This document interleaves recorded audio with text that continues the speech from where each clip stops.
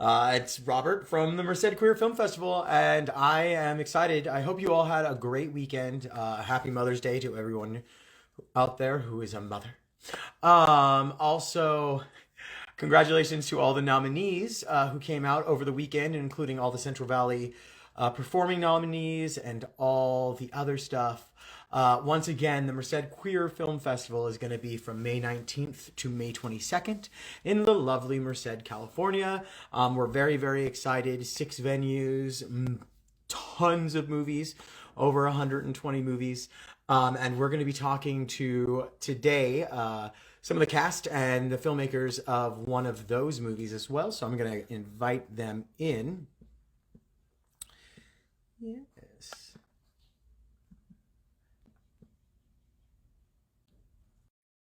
So I sent out that invite, and hopefully they'll be joining us soon. And we're going to be joining other cast members are going to be joining us as well from that movie, so they'll be jumping on. We're really excited. We are like days away. We just announced our big family day scheduling for Saturday night, so make sure you check that out. We have some great movies, Magnificent Zoe, documentary, In Nature, also one of my favorite animated films, Pink Lemonade. It's just a great film, so you guys are going to love that. And then actually my film, American Posada, will be playing that night as well, so we're very, very, very excited about that. I sent that out, and hopefully you'll be joining us in a second here. And I can send one out to one of the other people who's going to be joining us as well.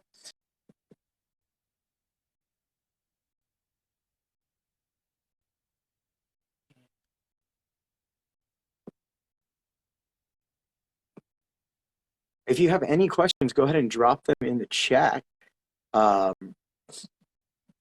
We just got our first radio spot. It has been on the air as well on 97.5 here in Merced.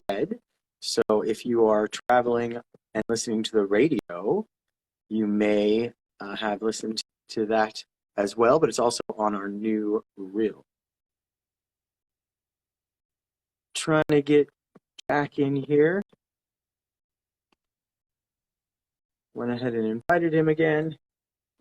Hopefully he will see that. And then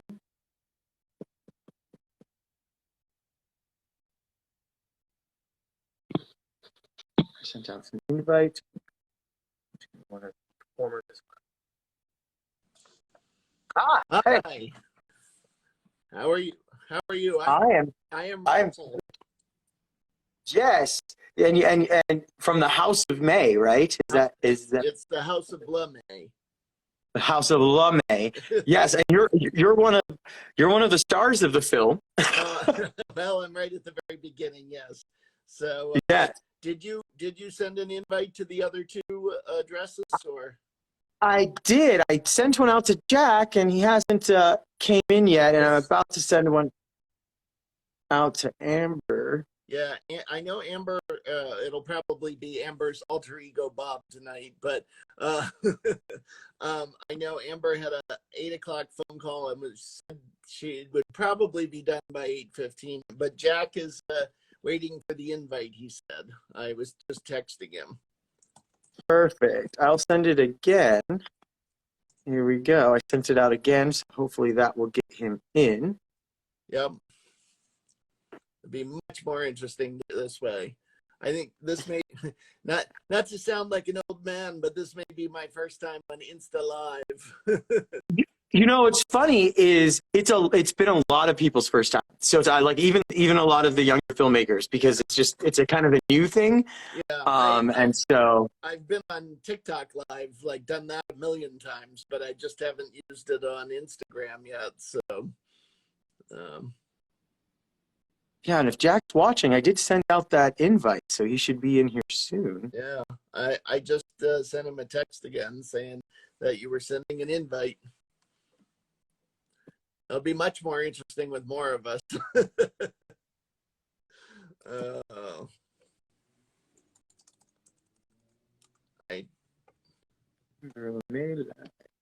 Trying to get that account. I'm going to send Jack again. He also can request if he joins, and then I can approve that if he's watching the live. Then he has to go live. Right? It won't let him join. Oh, there we go. Hey, Here we are. hello. Hey, Jack, how are you doing? I'm well. I was trying to get this to work on my desktop, but it wasn't happening. So here we are in phone land. Yes. Yes. Yes. Unfortunately, I don't think it does. I don't think it works on the desktop. I only think it works on the phone for some reason.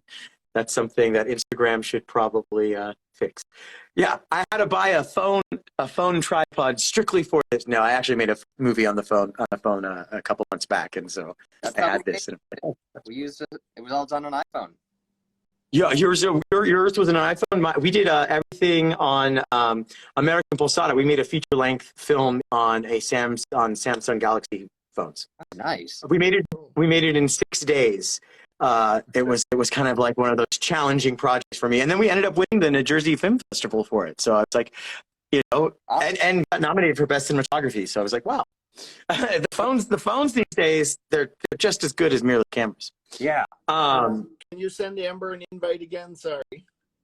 Let me. Bob says he thinks he's in already, but or he thinks he has the app open.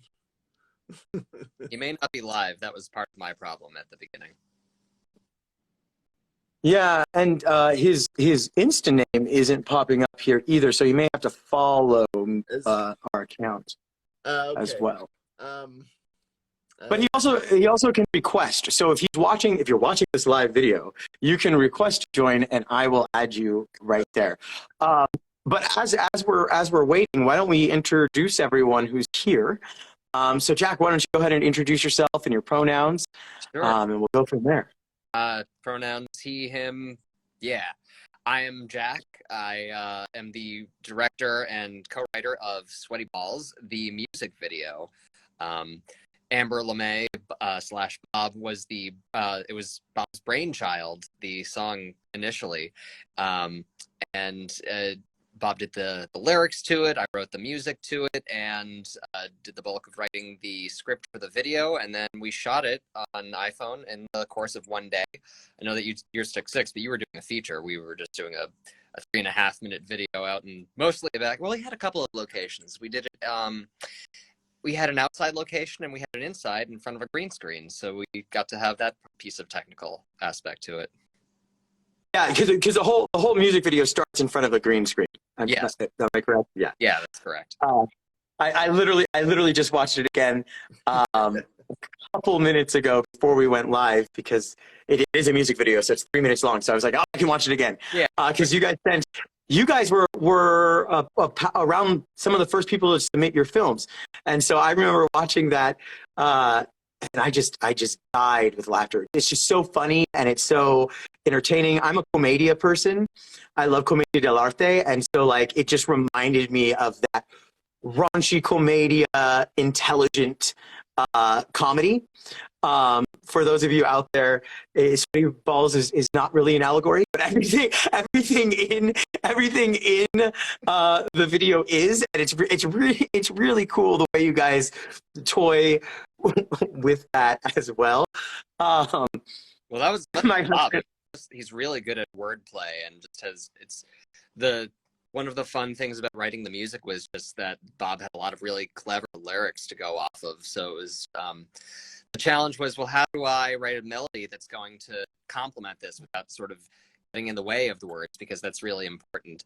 And that's one of the tough things about comedy songs. It's when you hear or see a live comedian doing a song, you kind of have to be a little bit more on the edge of your seat and paying attention a little bit more. So things that are funny, sometimes the audience gets a little bit more subdued because of anticipation, sort of absorbing everything and taking it all in and kind of waiting for what happens next. We have a lot of great visual cues that have a fun bit that goes with that.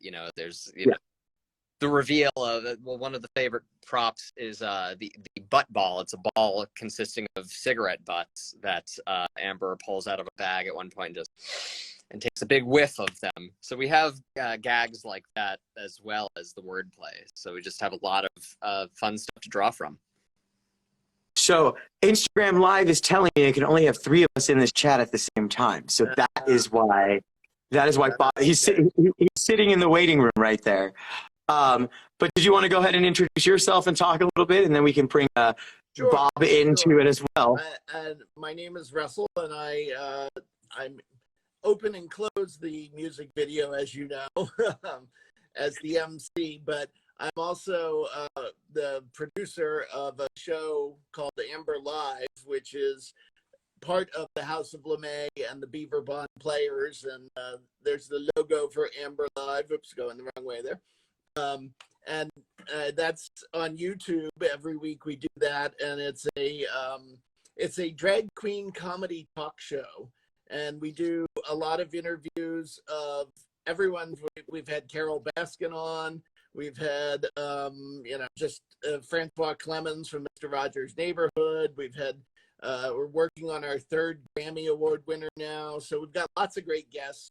And this whole group of people, myself included, Amber, Jack, have all created personas and characters on the show.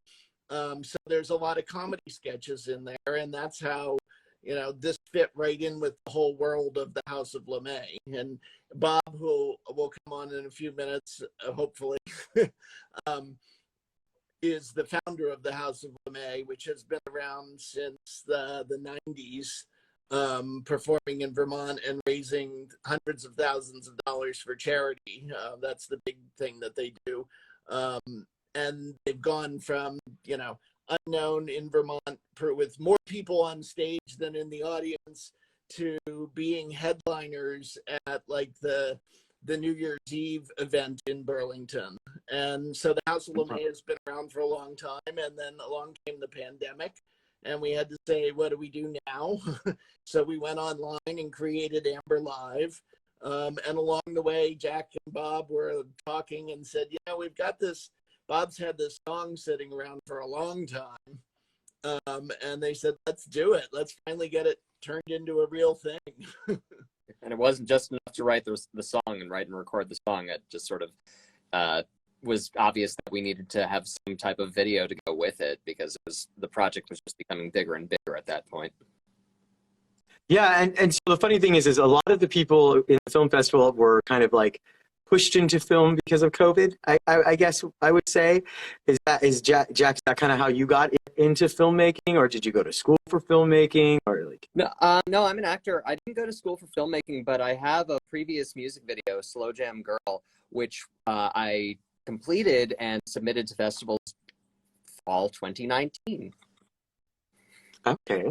So just when I was getting ready for the circuit in 2020, that plan came to a screeching halt. But it did get the scene in some of the festivals on the online festival circuit. It won a couple of awards at the Midnight Film Festival and the New York International Film Festival. It won the Gold Award and the Best Music Video Award for both of those. So this was a really great next project that really I wasn't expecting to do, but it happened. I mean, with the course of Amber Live, I'm the show composer, so I wrote the theme song for the show, and I do a lot of the segments and sketches that we have. They each have their own theme songs that I wrote the music to. And then one day Bob sent me, hey, I got the lyrics to this song Sweaty Balls, and I've heard he played it at a show a decade ago, and I happened to be in the audience that night, so I vaguely remembered the snippets of the ideas, and I'm like, oh, I can do something with that once he sent me the lyrics. And that was the nexus, the sort of the genesis of putting this music video into motion. Yeah, I have a theater background, and so like this reminded me a lot of Greater Tuna, that play. Like just the whole ideology of what you guys do, the Amber Show on top of Sweaty Balls, just like all of that kind of reminded me of that play and that play series, more or less because of the crazy outlandish characters. I think like that the idea of playing these extremely outlandish, and I don't want to say trashy, but like almost like it has that Leonard Skinny feel. You know what I mean? It has that feel to it as well. I think, and Jack, you're the one with the mullet, right? In the video. Yeah. Okay. So I didn't know if you were one of the drag queens and there was just someone who looked like you who was wearing the mullet. No, Um, no, it's real. It's all real. oh, it's real. See, it's real. Okay. So no, I like that I love that. Character The whole aesthetic, just the whole aesthetic was just so well done, and including the green screen. And Russell, your intro and outro, that Looney Tunes-esque feel, really just set up that tone of like, listen, guys, we are entering a world of non-reality, and like just leave your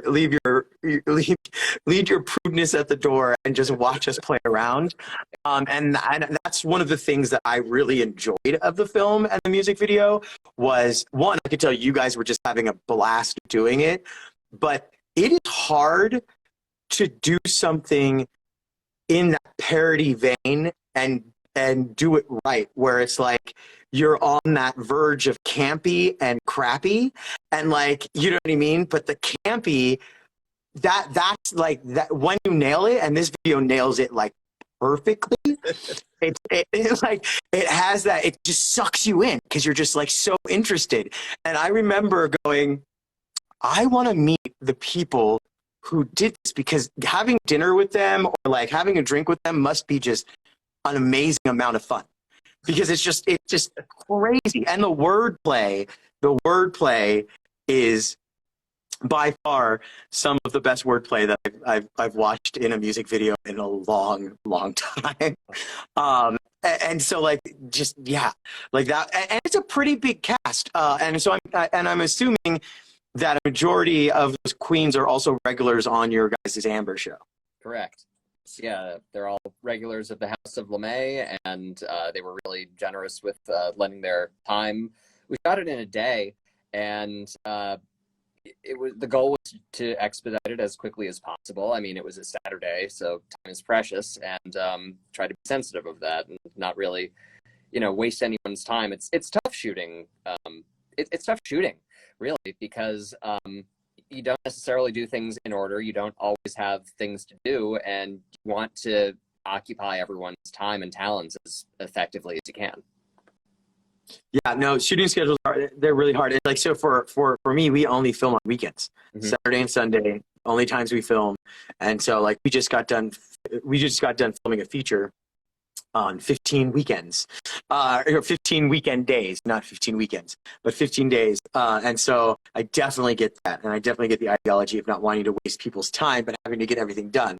And like for me, theater, we usually do everything chronologically.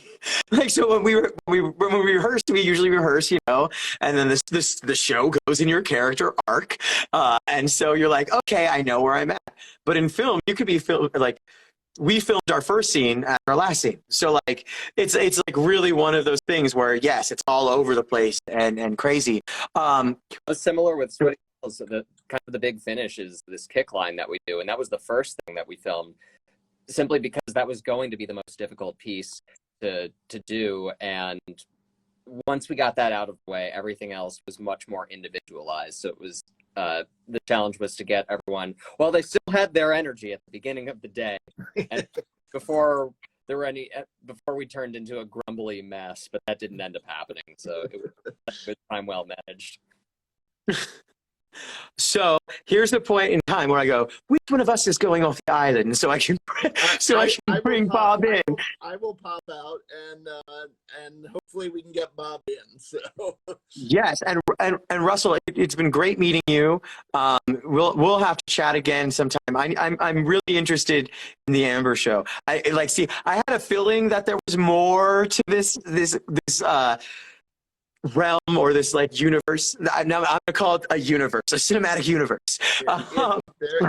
There was more to it, and so now I'm like, there's 25 years more to it. Like it's been building since the beginning, so there is a lot of backstory.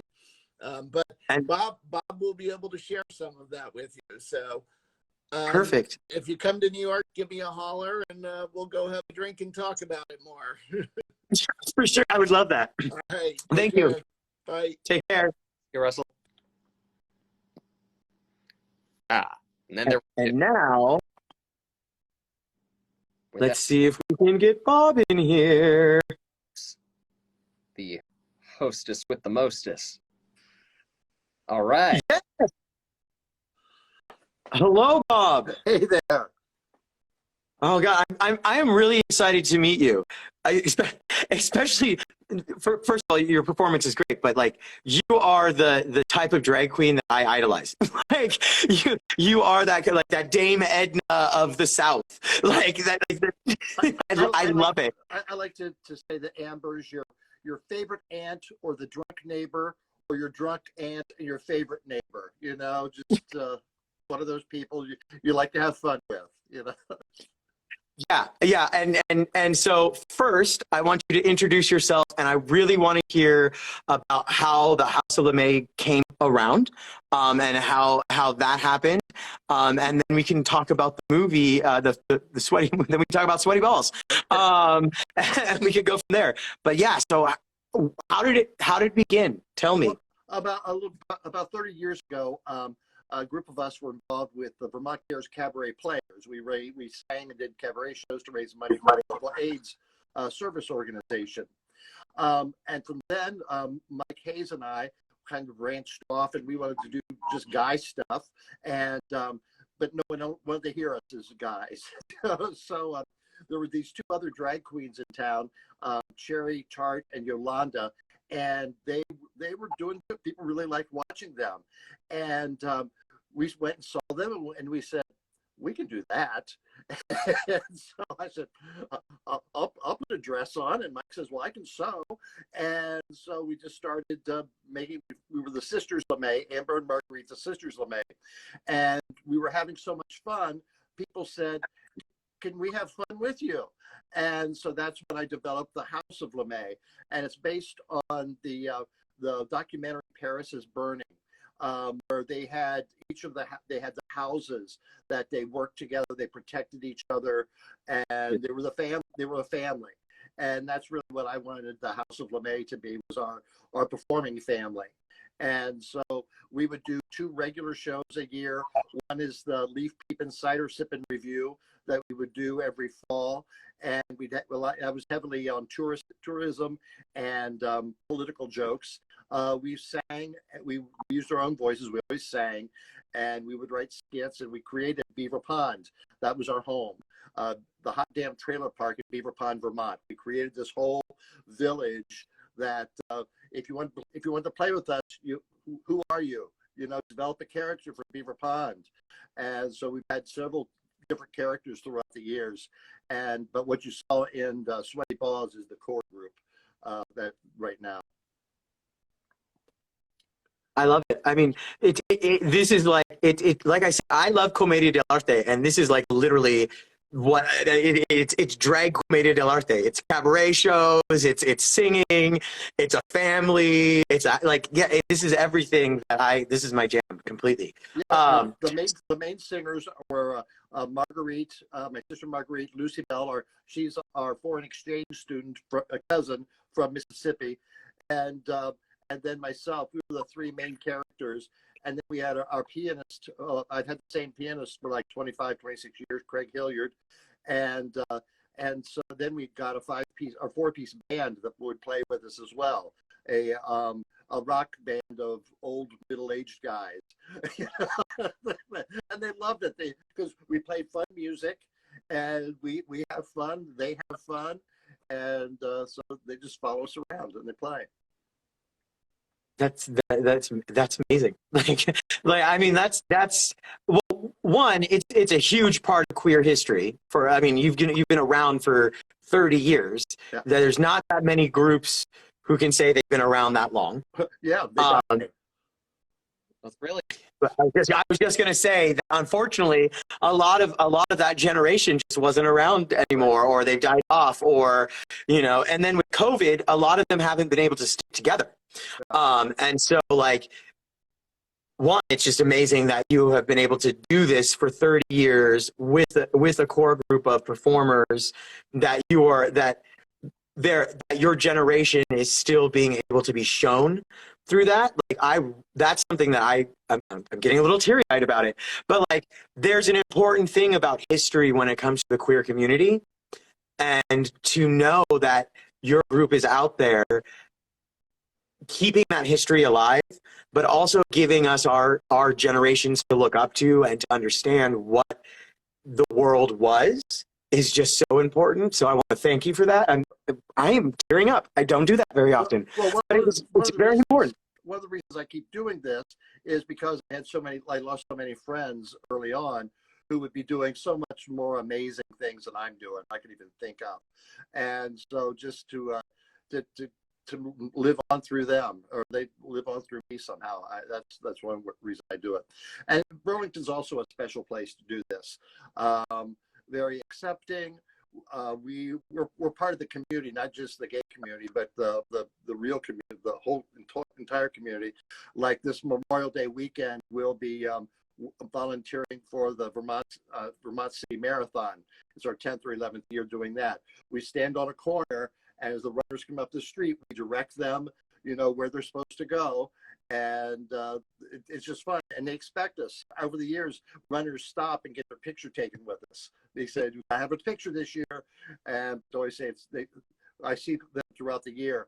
And they say it's very inspiring to see us on the route. That it gives them energy, and we have fun too. Slapping those sweaty men. Yeah, I mean that's amazing. And the thing is that's what we're all about. We're about community, not just the queer community, but visibility and joining together as the community of Merced and the community of the world. So like the ideologies of your house and what you do just align so much with ours that it's just amazing that you guys submitted to the festival, but that we're allowed to show your video to the world, because it's funny. It's really funny. And I also think that in the time of COVID, when we really didn't have live drag shows, we didn't have those things, this was an ability to give the people who love that a chance to experience that from their own home. So I think that is something that's crazily awesome. I also love drag queens who actually sing. So like that is like one of my, I love it. Wasn't the European, what was it, the Queen of the Universe or whatever, the show was on a little while ago.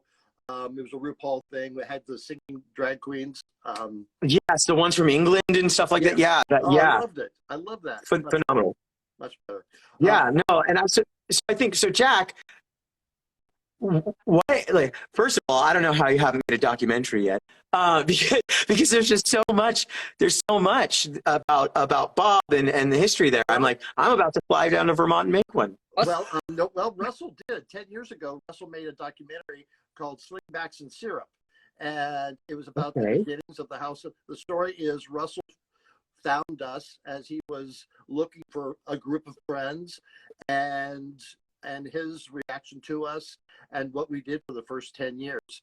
And it's Slingbacks and Syrup. It's available on Amazon and I think a few other streaming services as well. But it tells a lot about Burlington. That to me, it's a love story to Burlington. Yeah.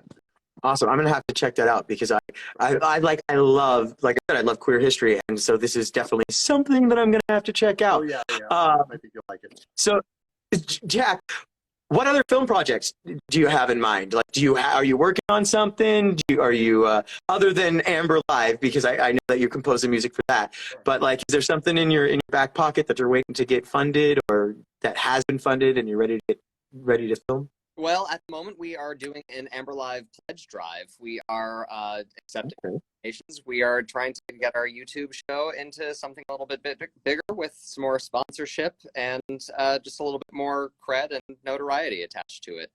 In addition, so I mentioned that I do a character in the House of LeMay. I play Rusty Peen, who's this hard-drinking, as the local newspaper said, good old boy, but Rusty didn't take kindly to that, because in his words, his ma Peen always said that he's a good for nothing, not a good old boy. So it's really sort of a matter of opinion.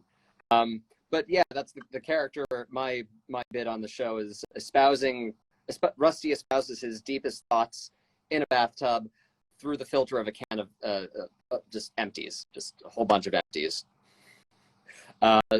Filming that's something that I've been writing and filming. I've been acting in a bunch of projects lately. Unfortunately, I can't talk about them right now because they are in post-production. I know how that is. I know how that is for sure. And then so you said you did this all on an iPhone. Correct. Which generation iPhone? It was the newer SE model that they put out in 2020. So I think that it compares with the iPhone 11, if I'm not mistaken. I think. Awesome. Yeah. When you edit, do you use Premiere Pro? What do you use for your editing software? I use Final Cut. Cool. Awesome. I mean, these are all the technical questions that I like to ask filmmakers, because everyone, like, I'm not a big camera guy or editing software guy. That's because I'm not an editor. I have an amazing editor. Her name is Frida. And I use Blackmagic cameras, but like, I know that a lot of filmmakers want to know what we're using, what each other are using, and what we're editing, because it's important. There was an idea of possibly using either, some sort of Canon EOS or even a Blackmagic, but it was just for the purpose of trying to get this accomplished as quickly as possible. Like we were talking about before, the cell phone cameras are thankfully really good. I mean, you just get a really good, they're all with, at least HD, if not 4K capability. And thankfully on this phone, I was able to shoot it with 4K. So we get a really good picture quality. The video editing was done with Final Cut. Nothing too technical, but yeah, we did have a green screen. We were able to do some effects. The audio, I recorded it all in GarageBand. And what did I do for the instruments? I think that I just wrote them all out in a MIDI program. I mean, I literally composed it note by note. I play guitar as my main instrument, but I didn't use guitar in that. I was just using digital instruments. So it's all done on like a MIDI keyboard and then synthesized for guitar and drums, or I don't know. There are no drums for this. It's just a piano track.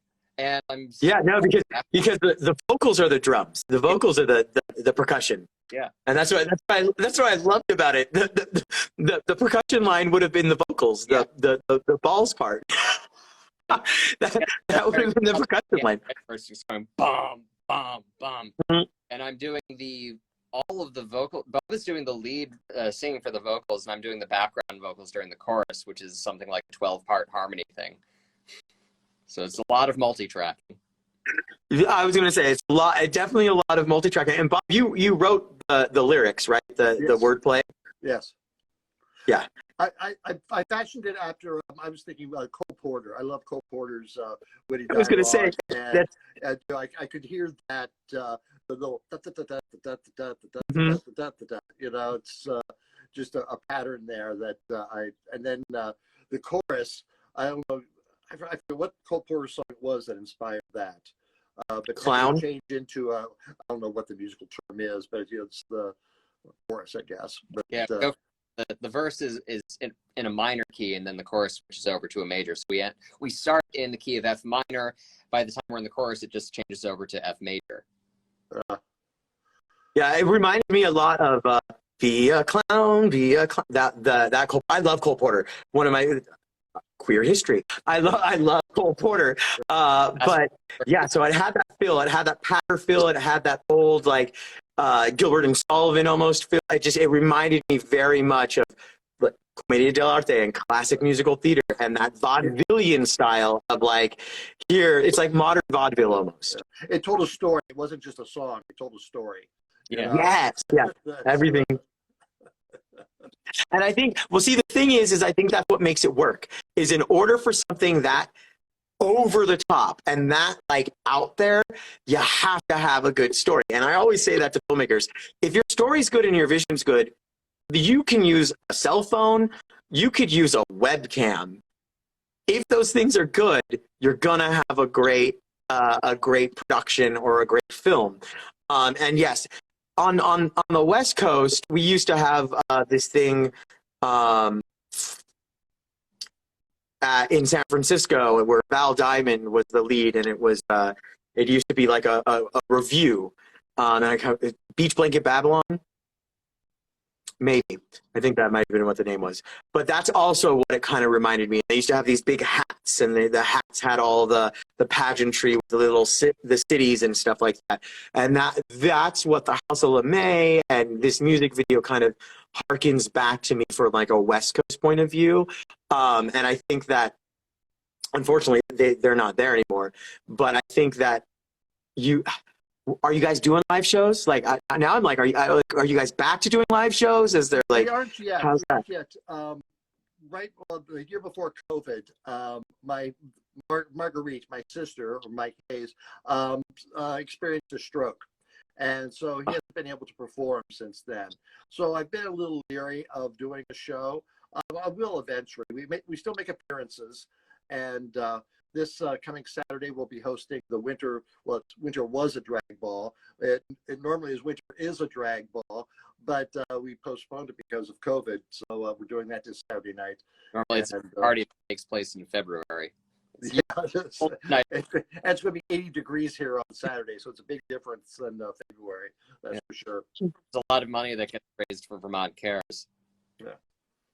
Yeah, and over the years you've raised over $100,000 for hundreds of thousands of dollars. Yeah, of money and awareness for a lot of different groups. Ronald McDonald House, the Rotary. We did a benefit once for the Edmonds Middle School Drama Department, which we called Future Drag Queens of America. And the dads were in the audience going. But we're just a part of the city. We've had our picture taken with all the mayors. We've had our picture taken with governors, Bernie Sanders, Pat Leahy. Sure, we'll get a picture, no problem. Yeah. Oh, this is great. I'm hoping one of these days I'll be famous enough to be on the Amber Show. So because now I'm addicted. Well, this has definitely been a blast talking to you, Bob, and Jack, and then of course Russell. Thank you so much. Is there anything that both of you would like to say to the Merced Queer Film Festival family, or anything you would like to say before we log off for the evening? Just enjoy. I'm looking forward to seeing the other participants in the film festival, and I hope they look forward to seeing ours. Yeah, looking forward to seeing a lot of the great talent that's there, and wish everyone the best of luck. Awesome. Yeah, and so the cool thing about your film is your film's in the music video block. So it plays multiple times at multiple different venues throughout the weekend. So people will have I think you start in a bar, and then you go to the VIP lounge, and then you go to like, so it's like, it's one of those things where I've tried to have hop around to all the venues, so that like in between different breaks of feature films, I'm like, it's a perfect time to play some music videos while people are just sitting around ready to enjoy them. So go check out their movie Sweaty Balls at The Partisan. I believe is the first place that it plays. It's really funny. I really enjoy it. Best of luck for your performance on Saturday, Bob, and thank you so much for all the great work that the House of LeMay has done for our community and still will continue to do for our community. Out there, Merced Queer Film Festival, May 19th through 22nd. You can get your tickets on Film Freeway or on our website at mercedqueerfilmfest.org. Thank you so much and have a wonderful evening. Thank you too for being my guest. Yes, Bye. Bye.